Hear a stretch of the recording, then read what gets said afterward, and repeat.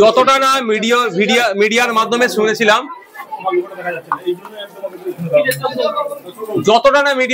শুনেছিলাম, এখন এসে আরো ভয়ঙ্কর শুনছি। 60,000 টাকা, বেশ কিছু মোবাইলও কেড়ে নিয়েছে, একটা তার চুরি করেছে। এসে শুনলাম ধর্মীয় বিদ্বেষমূলক অনেক কথাবার্তা বলেছে, ভিন্ন ধর্মের ধর্মীয় স্লোগান তুলে এদেরকে বলতে বাধ্য করিয়েছে। এদের গাড়ির মধ্যে ঢুকে হাত পা বেঁধে ভরে দিয়ে এদের আগুন লাগিয়ে দেবো, প্রাণে মারবো হুমকি দিয়েছে, আক্রমণ চালিয়েছে। একটি ব্যক্তির মাথায় 8টি সেলাই হয়েছে, শারীরিক অত্যাচার করেছে, ধর্মীয় বিদ্বেষমূলক কথা বলেছে। এরা বারবার বলেছে এদের কাছে বৈধ কাগজ আছে, যে এরা বৈধভাবে পশুটা কিনে নিয়ে এসেছে। একজন আবার চাষবাসের জন্য বলদ কিনে নিয়ে এসেছিল 2টি, বলার পরও এদের উপর আক্রমণ চালিয়েছে। আমি অবাক হচ্ছি সম্প্রীতির বাংলা, ঐক্যের বাংলাতে কিভাবে এগুলো মাথা চাড়া দিচ্ছে। মাননীয় মুখ্যমন্ত্রী, তার পুলিশ দপ্তর কেন এগুলোকে আটকাতে পারছে না? একের পর এক এই ধরনের অন্যায় ঘটে চলছে। কুরবানির সময়তে, ঈদুল আজহার সময় কুরবানির পশুকে নিয়ে এই ধরনের আক্রমণ চালিয়েছিল, বিভিন্ন জায়গাতে দেখেছিলাম। এটা দিনের পর দিন বেড়ে চলেছে। সম্প্রীতির বাংলা, আর বিশেষ করে দুর্গাপুরের একটা ঐতিহ্য আছে সম্প্রীতির দিক থেকে, ঐক্যের দিক থেকে। সেই দুর্গাপুরের মতো শহরে এই ধরনের আক্রমণ মেনে নেওয়া যায় না। যেখানে আক্রান্ত হয়েছে, প্রায় 2 ঘন্টা ধরে আক্রমণ চালিয়েছে এদের উপরে, 2 ঘন্টা ধরে আক্রমণ চালিয়েছে।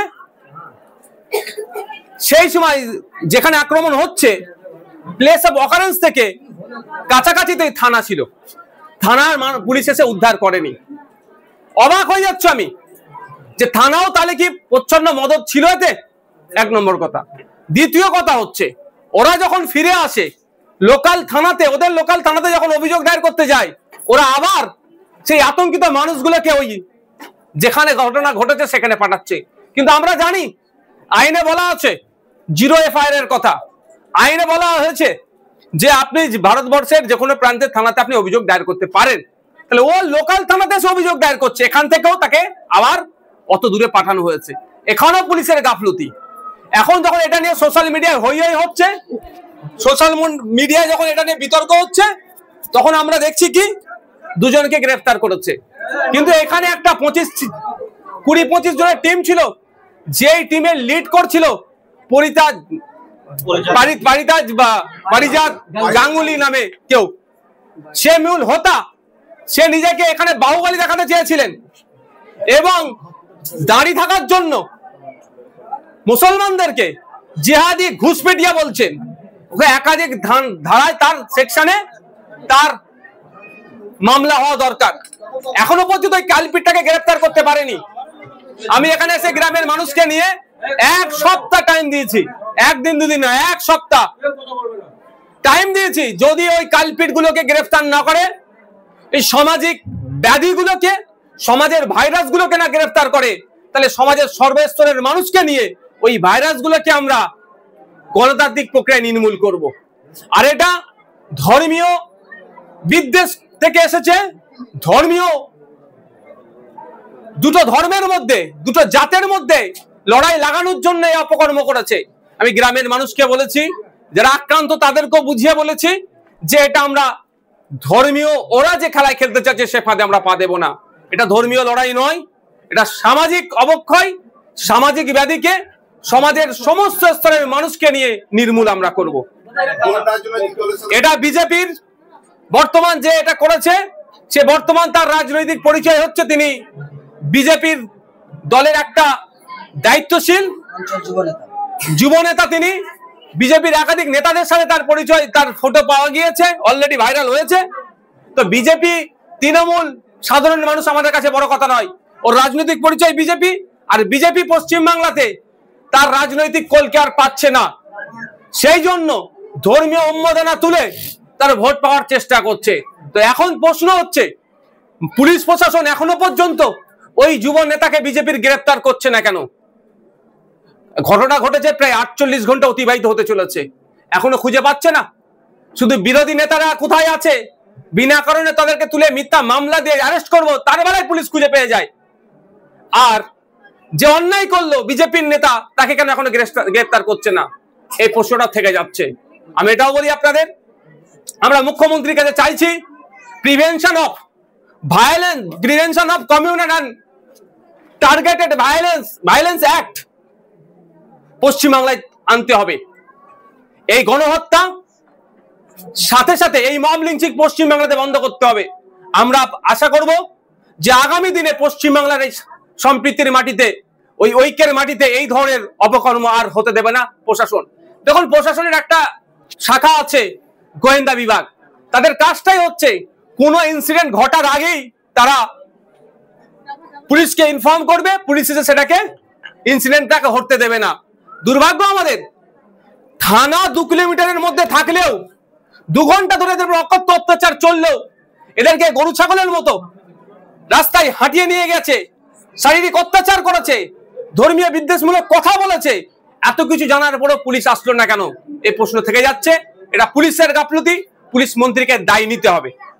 শুভেন্দু অধিকারী আজকে একটা ফেসবুক পোস্ট করেছে, সেখানে লিখেছেন যে দুর্গাপুরের ঘটনায় পুলিশ তৎপর হয়েছে, 2 জনকে গ্রেফতার করেছে, কিন্তু কলকাতায় তাদেরই এক কর্মীকে নৃশংসভাবে মারধর করা হয়েছে, সেখানে পুলিশের কেন অ্যাক্টিভিটি দেখা গেল না? আমি প্রত্যেকটা জায়গার ক্ষেত্রেই বলি, আর আগামী দিনেও বলবো, পুলিশকে তৎপরতা দেখাতে হবে। অন্যায়কারীর বিরুদ্ধে পুলিশকে স্ট্রিক্ট হতে হবে, কড়া হাতে দমন করতে হবে। কোন সাধারণ বিজেপি কর্মীকেও যদি অন্যায়ভাবে কেউ মারে, পুলিশের উচিত হবে সে সাধারণ বিজেপি কর্মীর পাশে দাঁড়িয়ে যে আক্রমণ হচ্ছে করলো তার বিরুদ্ধে অ্যাকশন নেওয়া। কিন্তু দুর্ভাগ্য আমাদের, শুভেন্দু বাবু অর্ধসত্য কথা বললেন। তার দলের যুব নেতা এখনো পুলিশ গ্রেফতার করেনি কেন, সে দাবিটা তো তুললেন না। তিনি লিডার অফ অপোজিশন, তার উচিত ছিল দুর্গাপুরে যেভাবে সংখ্যালঘু মুসলিম সম্প্রদায়ের উপরে আক্রমণ চালিয়েছে, এটাকে নিন্দা ধিক্কার জানানো বলা দরকার ছিল, এবং এই কাণ্ডের সাথে যারা যুক্ত তাদের প্রত্যেককে দৃষ্টান্তমূলক শাস্তি হোক, এই দাবিটা তার করার দরকার ছিল। এগুলো করেনি। আজকে গল্প শোনাচ্ছেন ওনারা, এই যে বিজেপির এই যুব নেতাদের নেতৃত্বে যে আক্রমণ চালিয়েছে। ও বলছে গরুকে নিয়ে অনেক কথা হয়েছে। বিফ এক্সপোর্টে সেকেন্ড লার্জেস্ট কান্ট্রি আমাদের ইন্ডিয়া। প্রতি বছরে প্রায় 3.8 বিলিয়ন ইকোনমি ভারতবর্ষে আছে বিফ এক্সপোর্ট করার জন্য। সেগুলো বন্ধ করুক না। তার মানে কোনো উচ্চবাচ্য নেই। গরিব মানুষ কে চাষের জন্য 2টো বলদ নিয়ে আসছিল, তার ধর্মীয় পরিচয় মুখে দাঁড়িয়ে আছে, তারপরে আক্রমণ চালাও। তার ধর্মীয় পরিচয় মুসলমান, আক্রমণ চালাও। বিদ্বেষের রাজনীতির বীজ বপন করো, এখানে হিন্দু মুসলমানের মধ্যে লড়াই হোক, এটা ওই যুব নেতারা বা তাদের দলেরা হয়তো চাইছে। আমরা এই লড়াই চাই না। আমরা চাই ওই বিজেপির যুব নেতা কি গাঙ্গুলির নাম, পারিজাত গাঙ্গুলি, ওর বিরুদ্ধে এবং আর ওর সাথে যে টিম ছিল তাদের বিরুদ্ধে অ্যাকশন নিক পুলিশ। আমরা এটাতে ধর্মীয় বিভেদের কোনো মতেই যাব না এবং এটাকে নিয়ে ধর্মীয় ইস্যু তৈরি করতে চাই না। কিন্তু পুলিশের কাছে 1 সপ্তাহ টাইম দিচ্ছি। ওই যে মূল হোতা, ওকে খুঁজে বার করতে হবে। ও যে শ্মশানে গিয়ে লুকিয়ে থাকুক আর কবরস্থানে গিয়ে লুকিয়ে থাকুক, ওকে খুঁজে বার করতে হবে এবং সর্বোচ্চ শাস্তি দিতে হবে। আমরা ভুলে যাচ্ছি না মেটিয়াপুর যে রামনগর থানার কথা, যে মূল হোতা এখনো তাকে কিন্তু গ্রেফতার করেছে বলে আমার জানা নাই।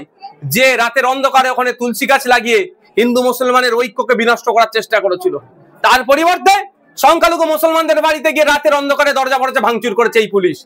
সুতরাং নতুন করে এটা হতে দেব না, এগুলো বন্ধ করতে হবে। এখানকার স্থানীয় বিধায়ক নরেন্দ্রনাথ চক্রবর্তী তিনি কালকে পরশুদিনেই এফআইআর করেছিলেন এবং তিনি বলেছিলেন প্রশাসনের প্রতি পূর্ণ আস্থা রয়েছে, এর সঠিক তদন্ত হবে। দেখুন, এফআইআর করেছেন একজন বিধায়ক হিসাবে, শাসক দলের বিধায়ক হিসাবে তিনি তার রোলটা প্লে করেছেন। কিন্তু আমি যদি তাকে প্রশ্ন করি এই ঘটনা ঘটছে কেন আপনার এলাকাতে, আপনারা শাসক দলে আছেন, আমরা বিরোধী দলের নয়, আমরা বিরোধী দল থেকে, তারপরেও তিনি এফআইআর করেছেন। এফআইআর এর ভিত্তিতে যদি উনি বলতে পারেন যে আমার এফআইআর এর ভিত্তিতে 2 জনে গ্রেফতার হয়েছে, উনি বলতে পারেন। কিন্তু মূল হোতা যারা আক্রান্ত হয়েছে, তারা যারা অভিযোগ করেছে, তাদের গরু এখনো ফিরে পায়নি। তাদেরকে থানায় গিয়ে দীর্ঘক্ষণ বসে রাখার পরে কখনো 5টা গরু, কখনো 2টো গরু এই ধরনের দিয়েছে, এখনো তারা তাদের গরু ফিরে পায়নি। তাদের 60,000 টাকা, গরিব মানুষ 60,000 তাদের লুট করেছে, 60,000 টাকা তাদের নিয়েছে, মোবাইল গুলো নিয়েছে, সেগুলো এখনো ফেরত দেয়নি। আমি মাননীয় বিধায়ক মহাশয়ের কাছে অনুরোধ করব, ওই যে মূল হোতা পারিজাত গাঙ্গুলি যিনি আছেন, তাকে গ্রেফতারটা করা বলুন, তাহলে জানবো। এবং 6 ঘন্টার মধ্যে কি 8 ঘন্টার মধ্যে গ্রেফতার করে দেখাক, তাহলে জানবো না বিধায়ক স্যারের এই ক্ষেত্রে গুরুত্বপূর্ণ ভূমিকা আছে। আমরা দুর্গাপুর বাণিজ্যিক শহর, এখানে সমস্ত সম্প্রদায়ের লোকেরা একসঙ্গে থাকে, ওঠা বসা করে। সেই জায়গায় এরকম কখনো আগে অতীতে কখনো ঘটেনি। তো কি বার্তা যাচ্ছে, একটা হিংসামূলক কাজকর্ম এরকম চলছে? দেখুন, এটা শিল্প নগরী, এখানে সর্বধর্মের মানুষ, সর্বজাতের মানুষ, সর্ববর্ণের মানুষের মিলন ক্ষেত্র। এখানে একটাই পরিচয় হোক সবার, যে আমরা এই এলাকার মানুষ। কিন্তু দুর্গাপুরের ইতিহাস আছে, সুদীর্ঘ ইতিহাস আছে। দুর্গাপুরের ইতিহাসে আমার মনে হয় এই ধরনের কলঙ্কিত অধ্যায় আসেনি, যেটা ওই পরিজাত গাঙ্গুলিদের নেতৃত্বে হলো, বিজেপির নেতাদের নেতৃত্বে হলো। তো এই দুর্গাপুরের মানুষকেই এই কলঙ্ক মোচনের দায়িত্ব নিতে হবে। তবে তবে তবে তবে এটাও বলি যে এটা ওরা ধর্মীয় ইস্যু করতে চাইলেও আমরা সমাজের সর্বস্তরের মানুষ এটা ধর্ম নিয়ে ধর্মযুদ্ধ লাগাবার পক্ষপাতী নয়। আমরা এটাকে সামাজিক অবনতি মনে করছি, সামাজিক ব্যাধি মনে করছি। তাই দুর্গাপুরের সকল স্তরের মানুষকে আসতে হবে এই সামাজিক ব্যাধিকে নির্মূল করতে। তা আমি অনুরোধ করব, সম্প্রীতির মাটি, ঐক্যের মাটিকে অপবিত্র যারা করছে তাদের বিরুদ্ধে লড়াই আমরা গণতান্ত্রিক প্রক্রিয়ায় চালাবো। আবার পবিত্র করার দায়িত্ব আমাদের দুর্গাপুরবাসীকে তুলে নিতে হবে।